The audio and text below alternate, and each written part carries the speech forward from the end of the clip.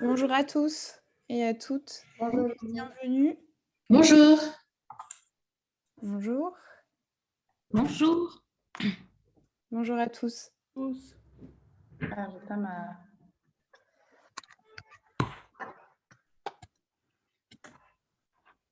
Bonjour. Alors, on va démarrer le webinaire. Bienvenue et merci d'avoir répondu présent à l'invitation pour ce webinaire sur la médiation, donc une nouvelle opportunité pour les avocats qu'on organise par notre accord.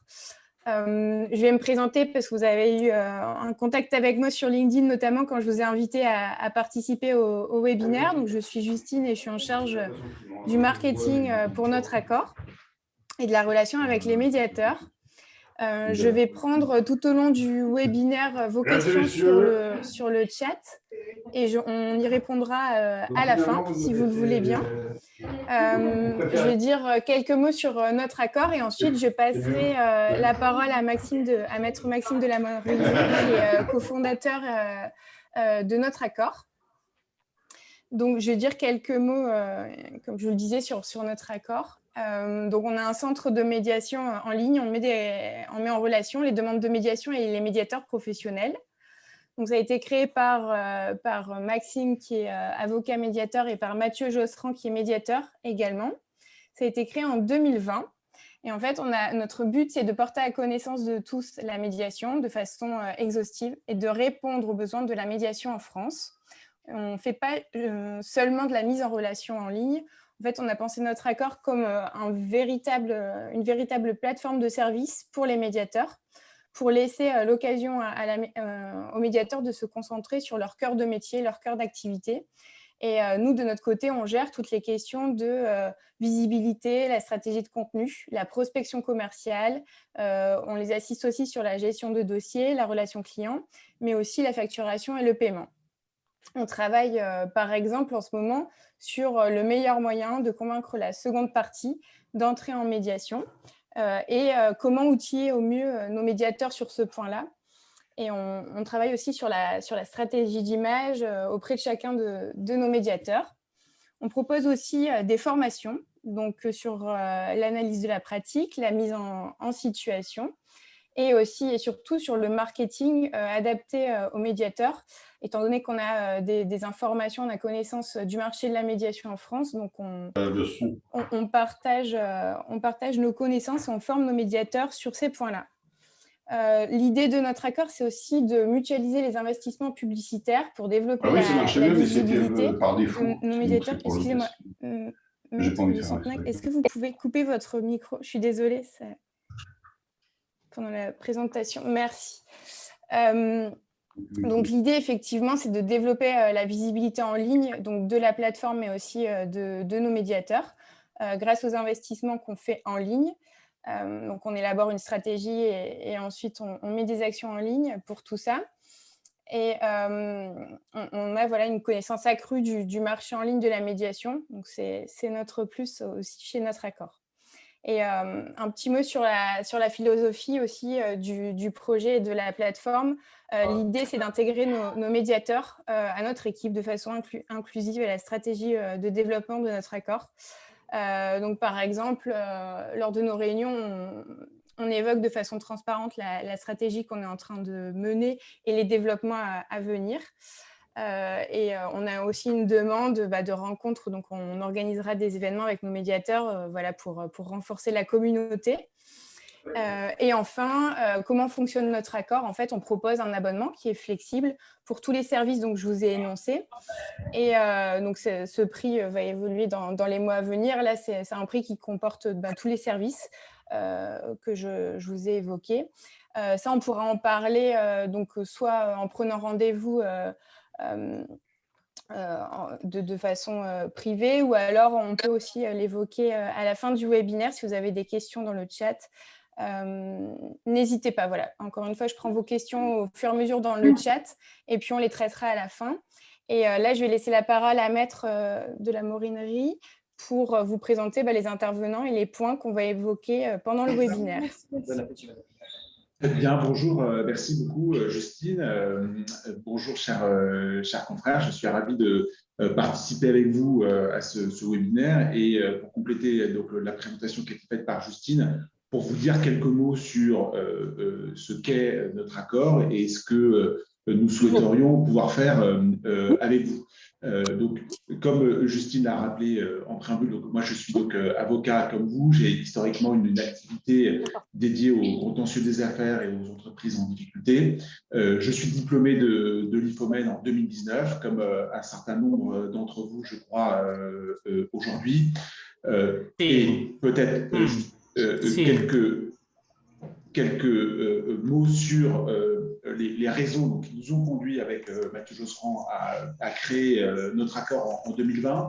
En fait, ça part essentiellement d'un constat, en tout cas moi que j'ai tiré en tant qu'avocat, d'une relation, d'une espèce de forme de triptyque entre l'avocat, le client et le juge, qui potentiellement ne font que des insatisfaits. Et je pense qu'un certain nombre d'entre vous ont expérimenté cette situation, puisque nous, en tant qu'avocats, on peut passer beaucoup de temps sur un dossier sans pour autant avoir le sentiment d'être véritablement écouté, notamment par les magistrats qui peuvent intervenir sur le dossier, avec comme conséquence parfois une impossibilité totale de prévoir l'issue du litige.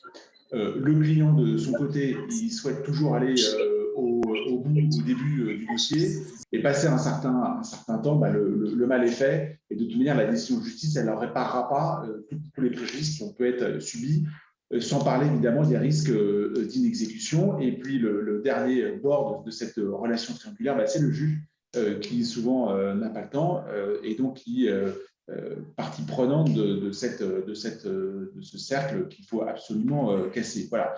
Donc, c'est pour ça que, fin 2020, avec Mathieu Josserand, on a créé notre accord. Notre accord, c'est l'alliance de profils complémentaires, à la fois un profil comme Mathieu, qui est plutôt un profil de consultant en organisation, en stratégie, et des profils comme le nôtre, plus orientés vers les professions juridiques.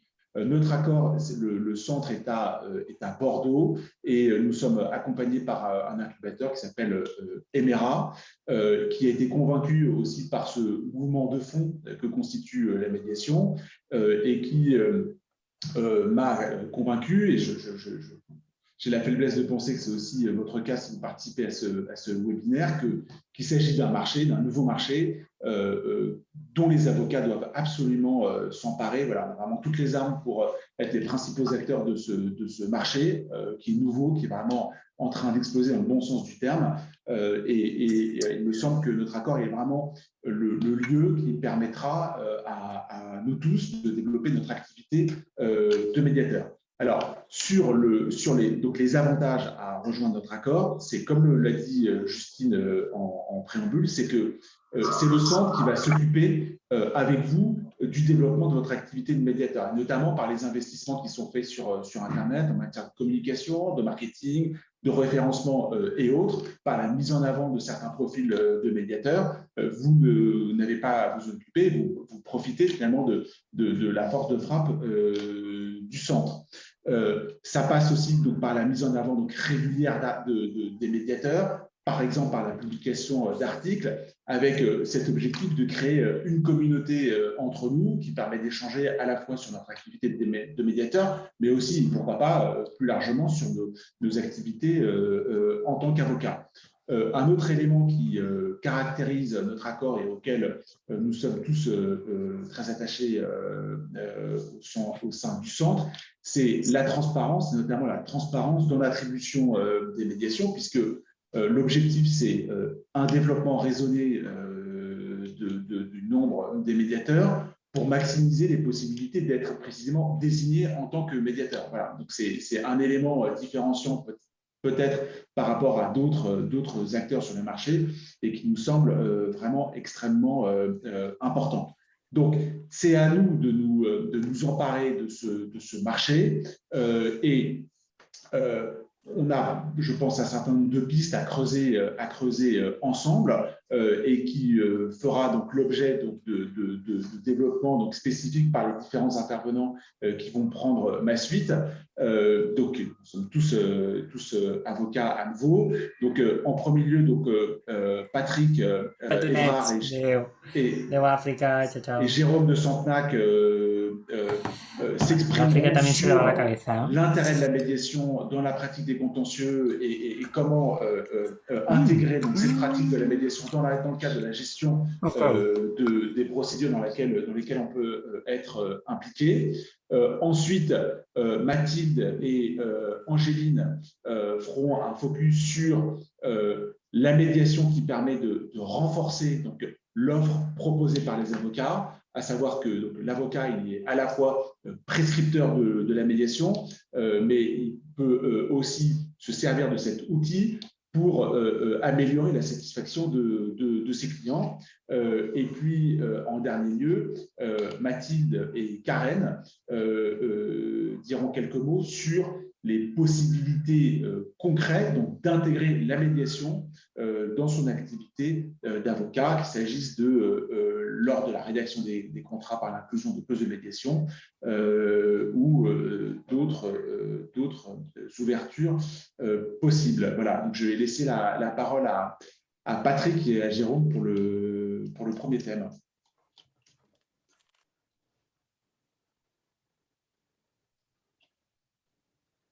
Patrick? Est-ce qu'ils ont les micros? On a dû couper les micros, en fait. Je pense que c'est bon maintenant. Oui, c'est Jérôme qui doit commencer, mais je vois qu'il a coupé son micro. Donc, j'essaie. Jérôme, est-ce que vous nous entendez? Il faut remettre le micro. Là, vous m'entendez? Oui. D'accord.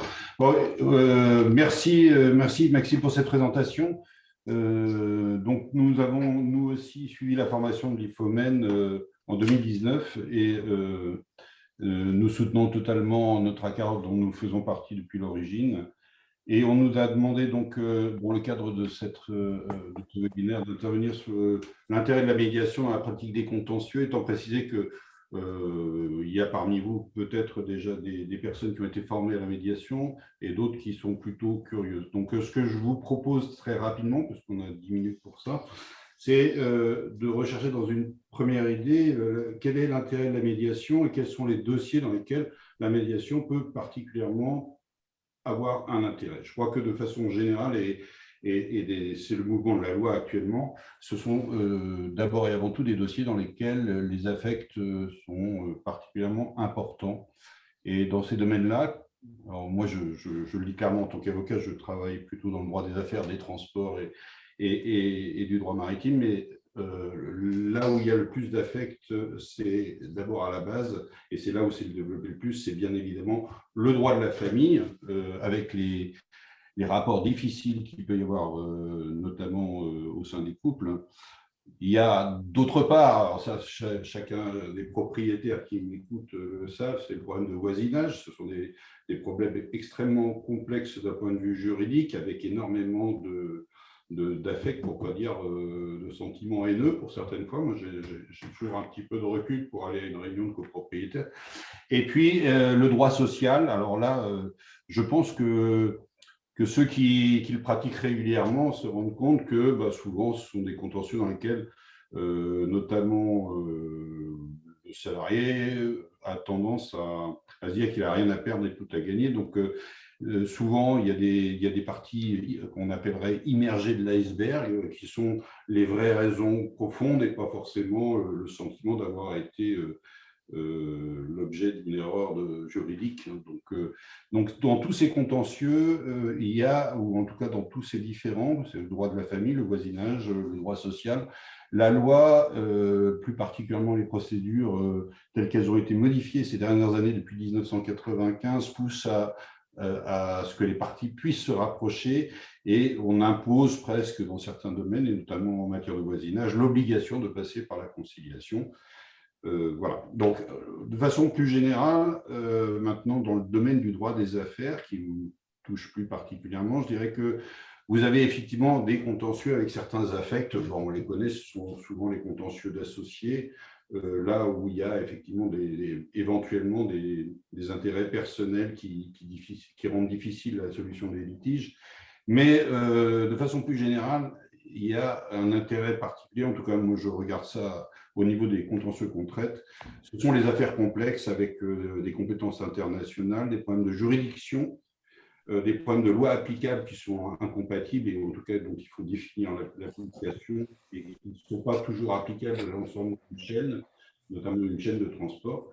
Donc toutes ces affaires complexes, évidemment, ont intérêt à faire l'objet de tentatives de médiation. Pourquoi? Parce que, comme vous le savez, ou vous devez en tout cas le savoir, c'est la médiation, ça n'est pas l'application du droit, ça n'est pas un arbitrage, c'est un mécanisme dans lequel les parties vont trouver eux-mêmes leurs solutions. Et généralement, ce ne sont pas des solutions juridiques, ce sont des solutions qui sont souvent de bon sens, et en tout cas, ce n'est pas toujours le droit qui permet d'y parvenir. Comme l'a très bien dit Maxime au départ, une des raisons du développement de la médiation, c'est en fait la frustration générale qu'on peut ressentir lorsqu'on va jusqu'au bout de son contentieux.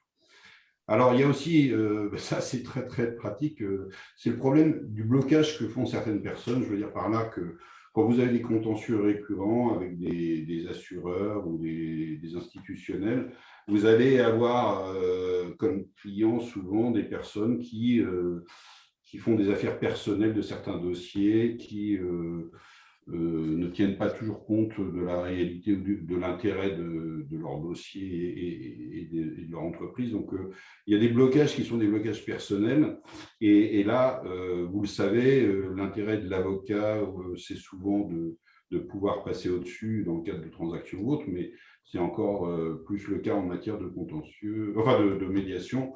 On a actuellement une médiation qui est un peu bloquée parce que simplement le représentant de l'entreprise est un juriste et lui, il s'en tient au droit. Voilà. Donc ça, ce blocage des personnes, l'idée, c'est d'arriver à le faire évoluer en utilisant les moyens de médiation.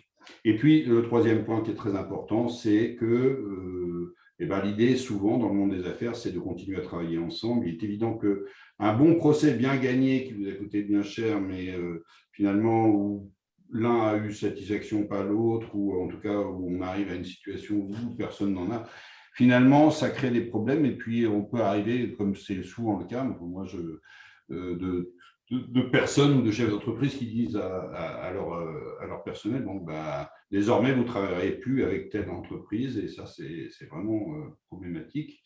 Et je me rappelle d'une affaire récente où, quand j'ai dit, j'ai donné des informations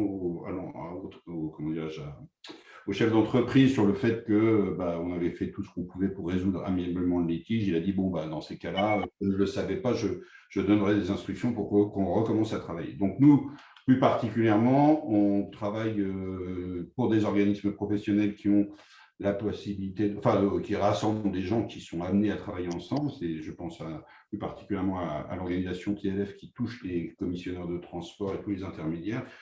Ces gens-là, ils n'ont aucun intérêt à couper définitivement la relation puisqu'ils seront appelés à un moment ou à un autre à faire appel aux autres. Donc, le système de médiation, pour eux, c'est un excellent système, et surtout que ces gens-là ont souvent la façon de résoudre les problèmes qui sont, comme je le disais tout à l'heure, pas forcément, en tout cas pas celles qu'on pourrait trouver nous, et qui sont des façons utiles de dire, à partir de maintenant, ok, dans ce cadre-là, je ne vais pas demander une indemnisation aussi importante, mais vous engagez à travailler avec moi sur tel volume, etc., de façon régulière. Maintenant, voyons maintenant les incitations qui existent à la médiation. J'en ai un peu parlé depuis 1995. Tous les avocats présents ici savent que l'article 21 du Code de procédure civile, depuis longtemps, pousse ou rappelle qu'il est dans la mission du juge de concilier les parties. Il y en a très peu qui le font encore. Voilà, c'est tout.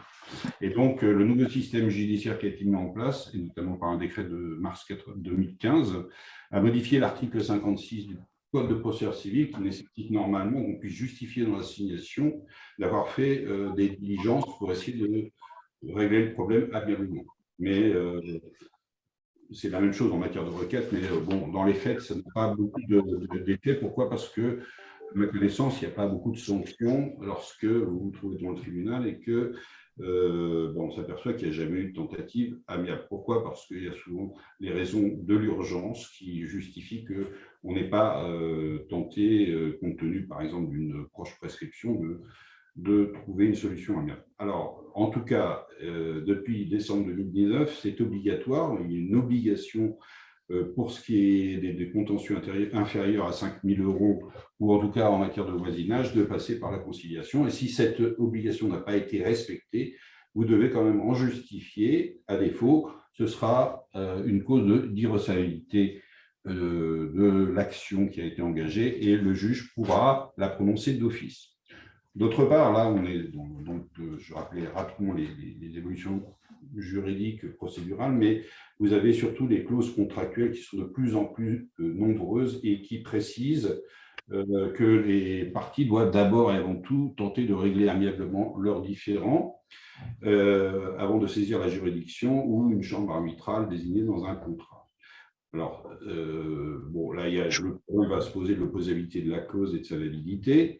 Très simplement, vous devez savoir qu'elle doit être précise et que les termes en doivent être clairs. Donc, c'est important de dire dans les contrats que vous désignez notre accord comme étant le médiateur à venir, parce que sinon, on va vous dire que c'est un peu imprécis, c'est un peu les mêmes conditions de validité que celles des clauses compromissoires, c'est-à-dire en matière arbitrale. Jérôme, je crois qu'on dépasse un peu notre temps et que ça sera évoqué dans le dernier sujet de Maltide et Karen. Si vous me permettez, je voulais juste compléter. Donc, moi, je suis Patrick Évrard, je suis l'associé de Jérôme de Santenac. On intervient donc, comme l'a dit, en tant qu'avocat et médiateur en partenariat avec le centre Notre Accord depuis le début. Simplement concernant notre partie sur l'intérêt de la médiation dans la pratique des contentieux, je pense que Jérôme vous a bien expliqué et démontré l'intérêt qu'il existait. Je voulais juste compléter par un petit point qui peut intéresser les avocats et de parler de notre expérience, parce que j'imagine que, comme nous, nombreux avocats essayent le plus souvent de trouver des accords amiables ou transactionnels dans leur dossier pour les terminer rapidement. On y a tous intérêt. On ne va pas revenir là-dessus. Et donc, ils peuvent se demander quel est l'intérêt de la médiation dans le cadre du contentieux pour trouver un accord, car je me débrouille très bien avec mes échanges confidentiels et mon contradicteur, et je me débrouille très bien pour trouver des accords et terminer amiablement les dossiers.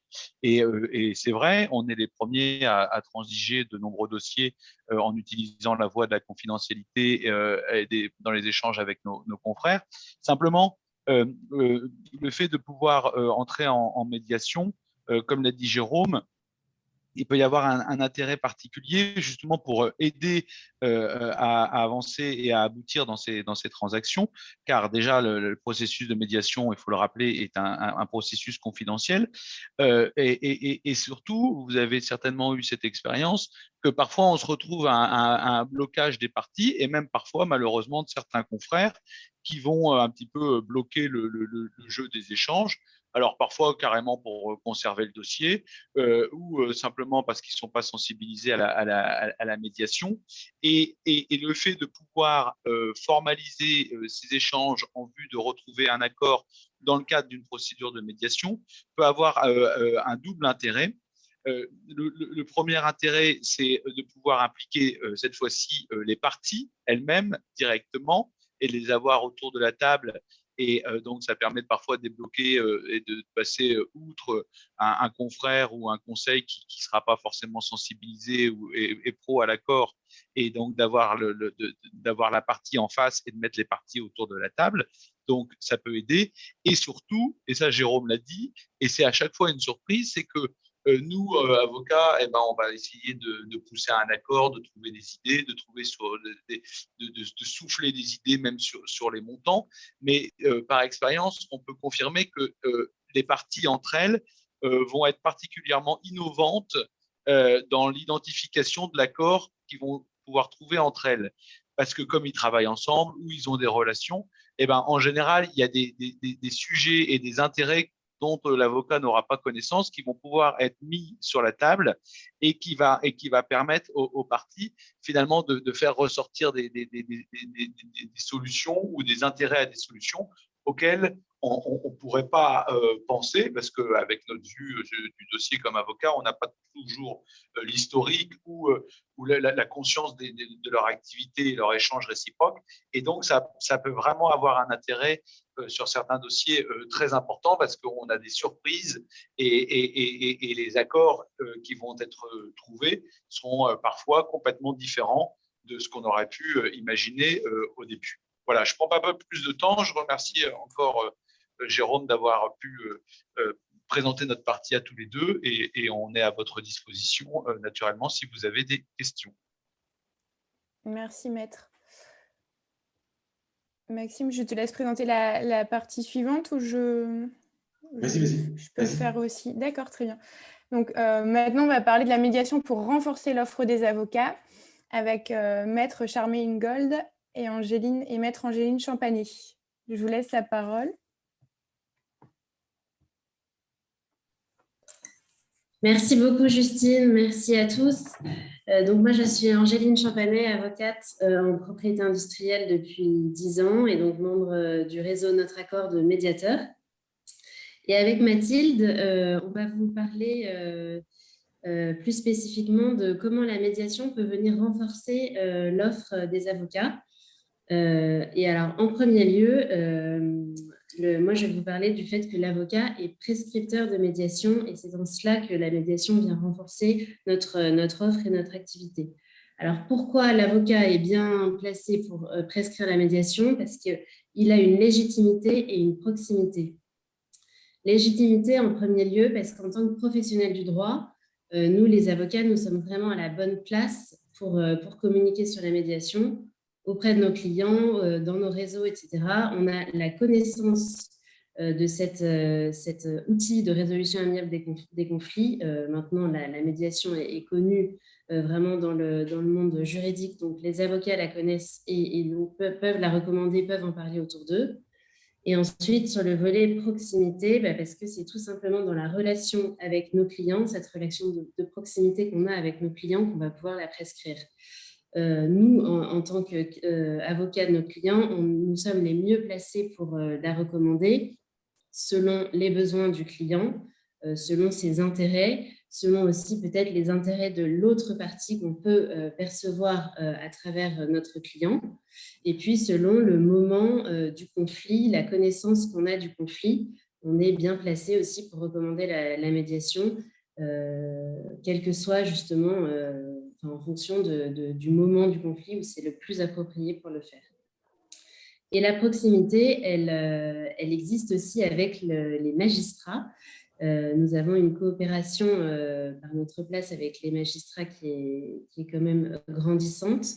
Et en renforçant les liens entre avocats et magistrats, nous pouvons gagner leur confiance et gagner ainsi des médiations judiciaires, puisque de plus en plus, les magistrats proposent aux parties qui viennent devant lui d'entrer en voie de médiation et d'essayer de trouver une issue amiable à leur litige en recourant à la médiation. Et nous, avocats, en étant proches des magistrats et vraiment en renforçant ces liens avec les magistrats, et ça nous permet de gagner des médiations judiciaires et donc de renforcer notre offre. Maintenant, je vais laisser Mathilde vous parler de l'intérêt de l'avocat à coopérer à la médiation sous l'angle de la satisfaction du client.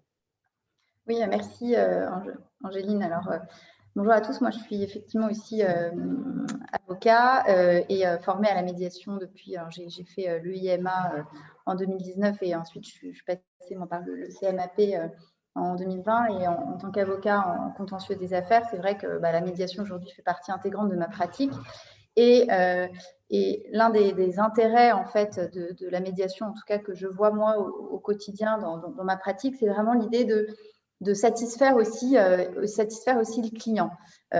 Et comment? C'est que finalement, la médiation, il y a un intérêt qui est que grâce à la médiation, on a quand même en général une durée maîtrisée, puisque la médiation est encadrée dans le temps. En général, elle a une durée de 3 mois qui peut être renouvelée. Donc, l'idée quand même de la médiation, c'est de trouver rapidement une solution au litige, en général en 3 mois, avec une solution qui a été créée par les parties. Et donc, l'intérêt de cette solution, c'est qu'elle permet de satisfaire toutes les parties. Et donc, votre client, si vous arrivez à bien mener cette médiation en lien avec le confrère, avec le médiateur, il va si tout va bien, on peut avoir une solution qui peut être trouvée en 3 mois, qui soit satisfaisante pour toutes les parties. Et donc, finalement, le client en sort lui-même satisfait, à l'inverse d'une procédure contentieuse qui peut durer des années, où en général, on ne connaît pas l'issue en amont, et souvent, l'issue qui va être la solution trouvée par le juge, qui intervient plusieurs années après le litige, n'est jamais vraiment satisfaisante pour personne.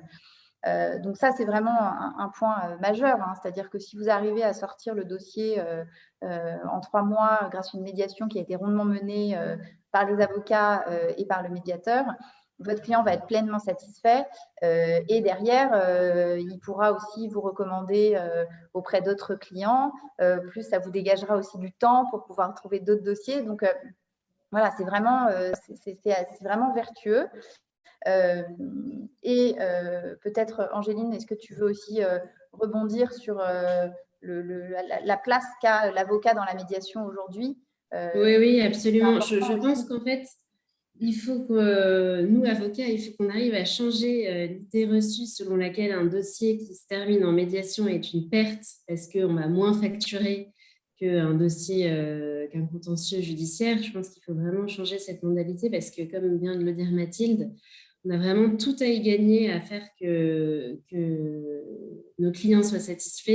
Et pour que nos clients soient satisfaits, pour qu'une médiation se déroule bien, on a un rôle clé dans notre rôle d'accompagnant en médiation, d'accompagnant de nos clients en médiation. On a tout à y gagner à vraiment jouer ce rôle d'accompagnant et à jouer le jeu de la médiation. Alors, comment est-ce qu'on va jouer le jeu? Voilà, avec cet accompagnement de nos clients, on va les accompagner avant la médiation, pendant et après. Avant, parce qu'on va donc prescrire la médiation, j'en ai déjà parlé, et expliquer à nos clients ce que c'est, comment ça va se dérouler, leur dire vraiment qu'ils vont avoir toute leur place au sein de ce processus, que la parole va leur être donnée pour qu'ils puissent s'exprimer et que c'est vraiment eux qui vont faire la médiation et trouver eux-mêmes leur solution. Et qu'on n'est pas là, nous, en tant qu'avocats, pour plaider le dossier pendant les réunions de médiation. On est vraiment là pour les accompagner, pour donner aussi un éclairage juridique quand c'est nécessaire aux médiateurs ou aux parties pendant les réunions, voilà, sans plaider, mais vraiment quand il y a besoin d'apporter cet éclairage juridique, le rôle des avocats est capital. Et puis, tout au long du processus de médiation, on va pouvoir aider nos clients à placer le curseur dans la discussion et dans le chemin qu'ils vont faire pour aller vers, que les deux parties vont faire pour aller l'une vers l'autre et trouver ensemble leur solution, une solution vraiment très adaptée, très ajustée à leurs différends. Et puis ensuite, à la fin de la médiation, ce sont les avocats qui rédigent les protocoles d'accord. Donc là encore, l'avocat a toute sa place dans la médiation. Donc, on a vraiment un rôle à jouer en tant qu'avocat qui est très important, et je pense qu'il ne faut pas minimiser en tout cas l'importance de ce rôle qu'ont les avocats à jouer dans la médiation. Merci maître. Merci maître Champanet, merci maître Charmingold. On va passer à la troisième partie, au troisième point. Comment intègre-t-on concrètement la médiation dans son activité d'avocat? Et on va laisser intervenir maître Durand-Hakim et maître Charmingold, encore une fois, sur ce point. Oui, merci Justine. Bonjour à tous. Alors, je suis donc Karine Durand-Hakim, je suis avocate en droit du travail depuis une vingtaine d'années et en droit du sport depuis un peu moins longtemps, depuis 5 ans. et formée, alors moi je me suis formée au CNAM durant l'année 2020. Donc j'interviens en tant que médiatrice également depuis cette époque. Alors, comment intègre-t-on concrètement la médiation dans son activité d'avocat? Je voudrais juste faire un aparté qui est pas tout à fait, qui répond plus ou moins à cette question, mais pas tout à fait, juste pour dire que les outils qu'on va acquérir en tant qu'avocat, qu'on va acquérir lors d'une formation en médiation et qu'ensuite on va intégrer en tant que médiateur, eh bien, c'est un formidable atout pour l'avocat qui va être aussi plus à l'écoute en fait de son client, de ses émotions, de ses intérêts, de ses préoccupations, etc. Et on ne va pas juste écouter son dossier en se disant « Ah, la solution juridique, c'est un tel, donc ça ne va pas aller, etc. » En préjugeant, je serais tentée de dire, de la décision finale. On va être vraiment beaucoup plus à l'écoute du client. Et je trouve que c'est un plus qui permet effectivement, en tant qu'avocat, d'avoir une autre palette, peut-être pas de service, mais d'écouter en tous cas son client différemment. Et je trouve que c'est vraiment un plus. Alors, concrètement, comment on va intégrer en fait la médiation? Eh bien, tout simplement en proposant à ses clients, tout d'abord, d'avoir recours à la médiation, même lorsque la médiation n'est pas un préalable obligatoire. Il y en a beaucoup de cas de figure. Par exemple, en droit du travail, la médiation n'est pas du tout un préalable obligatoire. Et pour autant, j'essaye de le proposer effectivement au maximum à mes clients quand je vois que le dossier effectivement présente un intérêt. Ça a d'autant plus d'importance, comme on l'a dit au tout début, qu'en droit du travail, il y a vraiment un lien personnel qui a été tissé un lien presque affectif entre les salariés et les employeurs. Et donc, effectivement, ça peut être intéressant de ne pas se séparer comme ça brutalement devant les tribunaux, mais d'essayer de recourir à la médiation qui va permettre de rétablir le lien qui a été rompu. La médiation, en fait, elle présente surtout un avantage, c'est qu'elle va interrompre les délais de prescription. C'est le code civil qui nous le dit, l'article 2238. Et donc, que ce soit pour une médiation judiciaire et même conventionnelle, ça interrompt les délais de prescription. Donc, on ne sera pas tenu par ces délais. Si on a recours à une médiation, ça permettra de reporter, si la médiation ne marche pas, d'aller quand même devant le tribunal. Il faut juste avoir, je crois, en tête par contre qu'au niveau de la procédure en appel, il y a quand même des délais qui sont resserrés. En fait, je crois qu'il y a une interruption des délais, mais que pendant 6 mois. Donc, ça n'interrompt pas la procédure ad aeternam. Donc, mais vraiment, c'est un intérêt certain. Donc, ça, déjà, il faut le dire concrètement, le dire aux personnes qu'on reçoit, aux clients, que ça va de toute façon interrompre les délais de prescription. Donc, ils ne vont pas y perdre, en fait, d'avoir recours à la médiation. Alors, je dirais que la plus grande difficulté, c'est ensuite quand même de convaincre son client d'avoir recours à la médiation, et ça, ce n'est pas toujours évident. Moi, je vois en droit du travail, je l'ai appris à mes dépens avec un salarié que j'avais reçu, fraîchement diplômé de mon école pour être médiatrice.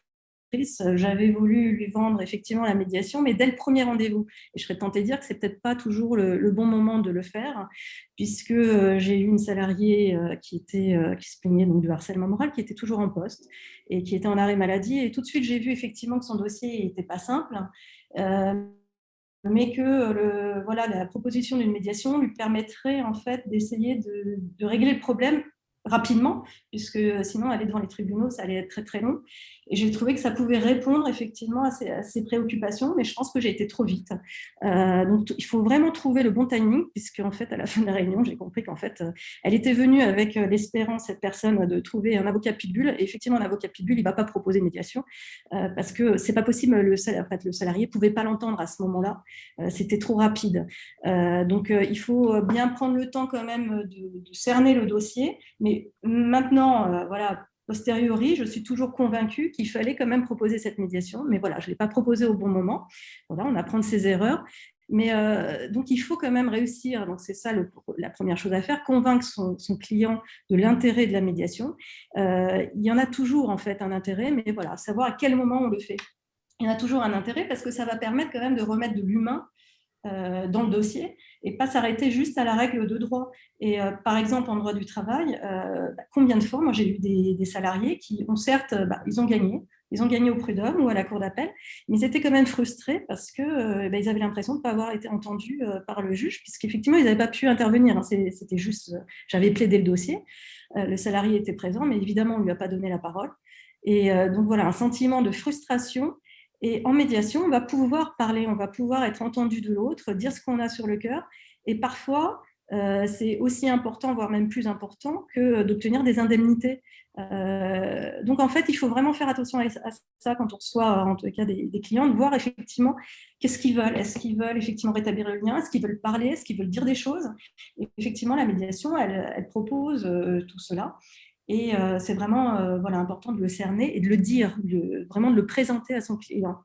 Et puis, quand on va recevoir, alors toujours en droit du travail, par exemple, un DRH, un directeur d'entreprise, effectivement, ça vaut le coup de proposer la médiation parce qu'ils y pensent rarement. En droit du travail, effectivement, enfin, il y a même des dispositions dans le Code du travail qui précisent qu'on peut demander une médiation lorsqu'on est, par exemple, victime de harcèlement, mais personne ne le fait. Et un DRH ne va pas du tout penser à avoir recours à la médiation. Alors, certains y pensent, mais ils ne sont pas très, très nombreux. Et moi, j'ai beaucoup de dossiers où, au contraire, quand ça se passe mal, l'employeur va faire une enquête, par exemple, suite à, je ne sais pas, une plainte de harcèlement moral, enfin une plainte en interne, hein, pas une plainte en pénal. Enfin, voilà, un salarié se plaint de harcèlement moral, l'employeur va faire une enquête. Finalement, il n'y a pas de harcèlement moral, il va donc dire qu'il n'y a pas eu harcèlement moral, mais qu'est-ce qu'il va proposer en conclusion? Il va juste proposer un coaching, pas une médiation. Or, le coaching, c'est en général très, très mal vécu par le salarié à qui on le propose, parce que ça ne va pas être celui qui était présumé harceleur, c'est celui qui a été présumé harcelé, justement, à qui on va proposer ce coaching. Donc, l'idée, c'est de se dire, bah voilà, j'ai accusé quelqu'un de harcèlement, on me dit qu'il n'y a pas harcèlement, en attendant, il s'est passé quand même quelque chose, c'est sûr que la relation a été mise à mal, et puis, voilà, on me propose juste un coaching, ça veut dire qu'on remet en cause ma personne. Or, là, dans ce cas de figure, c'est une médiation qu'il faut proposer, parce qu'il faut renouer le lien. Le problème ne vient pas d'une personne, il vient des deux personnes obligatoirement, même s'il n'y a pas eu harcèlement, il y a eu quand même quelque chose. Il y a eu des problèmes de langage, il y a eu je ne sais quoi. Donc, en fait, il faut vraiment penser à proposer cet outil qu'est la médiation, qui répond vraiment à beaucoup de problématiques et qui n'est pas suffisamment mise en avant en France. Et donc, moi, c'est quelque chose pour les sociétés, effectivement, que j'essaye d'inviter les employeurs, les sociétés à mettre en place la médiation lorsqu'il y a voilà, des difficultés en interne. Alors après, une fois qu'on a convaincu son client, le problème, c'est qu'il reste aussi à convaincre la partie adverse. Donc voilà, c'est le même travail, c'est de convaincre la partie adverse, que ce soit l'avocat ou le client de l'avocat adverse, que effectivement avoir recours à une médiation, ça a un intérêt. Et là, donc, je laisse la parole à Mathilde pour la suite. Oui, alors effectivement, la deuxième étape, comme le dit Karen, c'est d'arriver à convaincre le confrère adverse pour que lui-même puisse derrière avoir les mots pour convaincre son client. Alors, quand vous avez en face de vous un confrère qui est formé à la médiation, en général, ça se passe plutôt bien. Et c'est vrai que lorsque vous avez des confrères qui ne sont pas toujours formés à la médiation, vous pouvez vous retrouver un peu confronté à un mur avec un confrère qui vous explique que c'est bon, moi je sais négocier. Je n'ai pas besoin de passer dans le cadre d'une médiation, on peut faire une négociation, sauf que voilà, une fois qu'on est formé à la médiation, on sait bien que la médiation et la négociation, ce n'est pas la même chose, qu'on n'est pas sur de la négo dure. La médiation, on est dans un cadre. C'est vraiment l'idée de la médiation, c'est un cadre et un processus volontaire pour permettre aux parties de trouver leur solution. Donc ça, c'est vraiment les deux étapes difficiles souvent pour arriver à mettre en place une médiation dite conventionnelle, c'est-à-dire on se met d'accord avec le confrère sur à quel est-ce qu'on fait appel à un centre de médiation, quel centre de médiation, notre accord par exemple, quel médiateur on désigne. Voilà, alors c'est sûr que bon, si on n'y arrive pas et que vous restez quand même persuadé que votre dossier, c'est un dossier qui pourrait se résoudre en médiation, il reste quand même l'opportunité de la voie judiciaire. Alors certes, c'est vrai qu'on est moins dans cette idée de processus volontaire, mais aujourd'hui, vous pouvez, puisqu'il y a le code de procédure civile qui prévoit que le juge peut ordonner une médiation, et donc rien ne vous empêche. Si vous restez convaincu que votre dossier et votre client est d'accord sur le fait qu'il faut aller en médiation, vous pouvez toujours, dans ces cas-là, introduire une procédure et de demander à titre préalable au magistrat, avant de trancher sur le fond, qu'un médiateur soit désigné. Alors évidemment, c'est quand même, on rentre quand même dans la phase judiciaire, donc c'est moins un processus volontaire, mais ça permet quand même peut-être d'amener la partie adverse en médiation si vous restez persuadé que c'est la bonne option pour votre client. Après, voilà, on en revient à ce qu'on disait au début, c'est-à-dire que finalement, si les avocats rédacteurs d'actes intègrent bien les clauses de médiation préalable, moi je parle en tant qu'avocat en droit des affaires parce que c'est souvent des problématiques contractuelles. Finalement, si tout ça est déjà bien cadré dans les contrats, ça évite d'en passer par ces phases préalables de tentatives de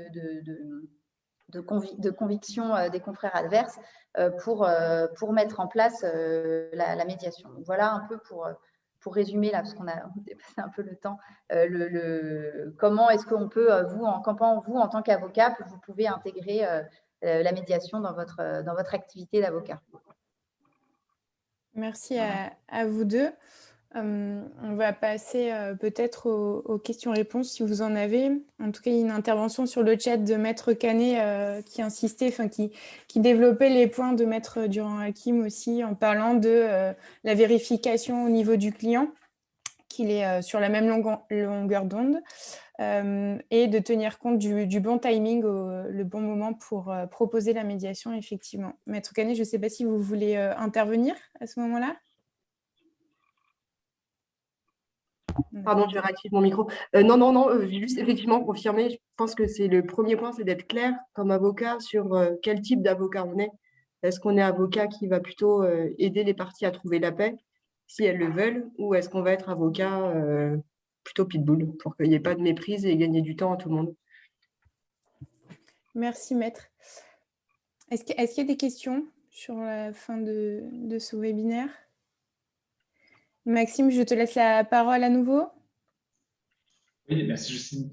Donc peut-être pour conclure ces échanges intéressants qui ont permis de croiser les expériences en fonction des horizons et des profils variés des uns des autres, puisque tant Patrick que Jérôme interviennent en droit des transports, Mathilde en contentieux des affaires, en droit des sociétés, Karen en droit du travail, moi aussi en contentieux financier et en entreprise en difficulté. Et on voit que finalement, quel que soit le domaine du droit, l'importance de la médiation et l'intérêt que nous pouvons tous y trouver, avocats, à développer une autre pratique pour créer une activité à part, indépendante, et en même temps, moi, c'est une conviction que j'ai, c'est que cette activité de médiateur qu'on développe, elle va, me semble-t-il, nécessairement nourrir aussi notre activité d'avocat, et réciproquement. C'est qu'à partir du moment où on se lance véritablement dans la médiation, qu'on peut être identifié aussi comme un avocat qui privilégie des solutions amiables quand elles se rencontrent. Voilà, donc c'est un cercle vertueux qui, je pense, il faut privilégier, mettre en avant, et c'est ce qu'on a cœur à faire au sein de notre accord. Merci Maxime. Alors pour aller au-delà du webinaire, pour aller plus loin, on a beaucoup de contenu sur le site de notre accord, et notamment des retours d'expérience justement sur les sujets évoqués pendant le webinaire. Alors il y a un micro qui n'est pas coupé, je suis désolée. Si vous pouvez couper votre micro, s'il vous plaît. Décidément, merci. Les aléas du direct. Donc, je disais qu'effectivement, sur le site, on a développé du contenu sur la médiation en général, mais il y a aussi des cas concrets qui sont évoqués si vous voulez aller plus loin que ce webinaire. Sur notre LinkedIn aussi, on partage pas mal de contenu. Pour en revenir à notre accord, si vous voulez plus d'informations et poser des questions au-delà du webinaire, on reste à votre disposition. Vous avez le site qui est www.notraccord.com. Je voulais remercier tous les participants à ce webinaire et surtout nos avocats médiateurs qui sont intervenus. Merci à tous d'avoir été présents. Le webinaire a été enregistré, donc on va pouvoir le repartager à partir de la semaine prochaine. Donc on a eu des interventions sur le chat, mais pas de questions. Donc je vais proposer une dernière fois si quelqu'un a une question avant de finir le webinaire. Peut-être juste une dernière chose, c'est la médiation judiciaire, puisque notre accord est inscrit sur un certain nombre de listes de cours d'appel, notamment à Paris. On a l'ambition de s'inscrire dans l'ensemble des cours d'appel, et on peut vous accompagner dans aussi vos processus individuels d'inscription. Voilà, c'est des dossiers qui sont un peu fastidieux à remplir, qui peuvent être différents en fonction des cours d'appel. Voilà, et donc ce qu'on a fait d'ailleurs en janvier avec succès pour un certain d'entre nous, voilà, c'est le centre qui a fait ça conjointement avec les avocats. Merci Maxime. Merci pour toutes vos interventions. Et donc, comme je le disais, on vous enverra le replay. Il sera disponible aussi sur notre LinkedIn. Ou en tout cas, si vous n'avez pas accès, n'hésitez pas à revenir vers moi. Merci à tous. Ah, il y a une dernière question. L'avocat médiateur qui a conduit le processus de médiation peut-il accompagner son client en cas d'échec de la médiation?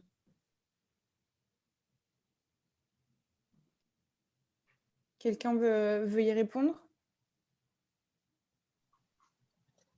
Ça dépend s'il était là en tant que médiateur ou en tant qu'accompagnant. J'ai pas la.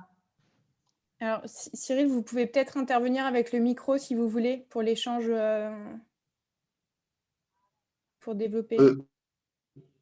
Alors, Oui. vous me recevez? Oui. Bonjour à tous. En fait, j'aimerais savoir si l'avocat qui a accompagné son client dans un processus de médiation peut, en cas d'échec de ce processus, représenter son client devant les juridictions. Je le demande parce que… Normalement, rien ne s'y oppose. Il faut juste s'assurer que ce qui a été confidentiellement échangé en médiation… ça.